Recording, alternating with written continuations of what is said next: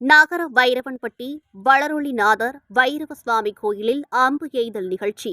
திரளான பக்தர்கள் பங்கேற்பு.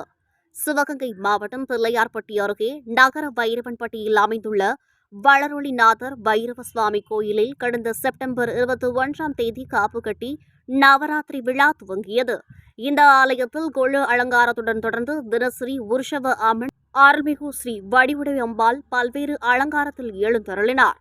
முதல் நாளில் ராஜராஜேஸ்வரி அலங்காரத்திலும், 2ஆம் நாளில் சிவபூஜை, 3ஆம் நாளில் மீனாட்சி, 4ஆம் நாளில் அன்னபூரணி, 5ஆம் நாளில் சந்தனலட்சுமி, 6ஆம் நாளில் கெஜலட்சுமி, 7ஆம் நாளில் தனலட்சுமி, 8ஆம் நாளில் மகிஷாசுரமர்த்தினி, 9ஆம் நாளில் சரஸ்வதி ஆகிய அலங்காரங்களில் பக்தர்களுக்கு உற்சவம்மன் காட்சியளித்தார். ஒவ்வொரு நாளும் இரவு 7 மணிக்கு சிறப்பு அபிஷேகம் மற்றும் தீபாராதனை நடைபெற்று வந்தது. இக்கோயிலில் 10ஆம் நாள் விழாவான நேற்று விஜயதசமி விழா கொண்டாடப்பட்டது. விழாவை முன்னிட்டு ஆலயத்தில் சுவாமி சந்திரசேகர் வெள்ளி குதிரை வாகனத்தில் வில் அம்பு எய்தபடி எழுந்தருளினார். அங்கு அவருக்கு பன்முக தீபாராதனை நடைபெற்றது.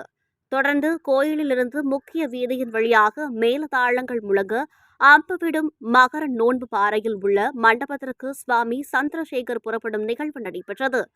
அங்கு மண்டபத்தினை சந்திரசேகர் பெருமான் வலம் வந்து 4 திசையிலும் 8 திக்குமாக வில் அம்பு எய்தல் நிகழ்ச்சி விமர்சையாக நடந்தது.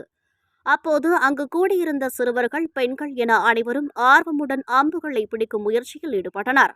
அதனைத் தொடர்ந்து அங்குள்ள மண்டபத்தில் எழுந்தருளிய சந்திரசேகர் சுவாமிக்கு கோபுர தீபம், ஏகமுக தீபம், கும்ப தீபம் உள்ளிட்ட பல்வேறு தீபாராதனைகள் நடைபெற்றன. பின்பு திருவீதி விழா நடைபெற்றது. சுவாமியை வரவேற்கும் விதமாக கிராமத்து பெண்கள் வழிநெடுகிலும் மாக்கோலமிட்டு அர்ச்சனை செய்து வழிபட்டனர். விழா ஏற்பாடுகளை வைரவன் கோவில் நாட்டுக்கோட்டை நகரத்தார் சங்கத்தின் தலைவர் நாகப்பன் செட்டியார், செயலாளர் ஐயப்பன் செட்டியார், துணைத் தலைவர் சொக்கலிங்கம் செட்டியார், இணைச் செயலாளர் ராமசாமி செட்டியார், பொருளாளர் ராமசாமி செட்டியார் ஆகியோர் செய்திருந்தனர்.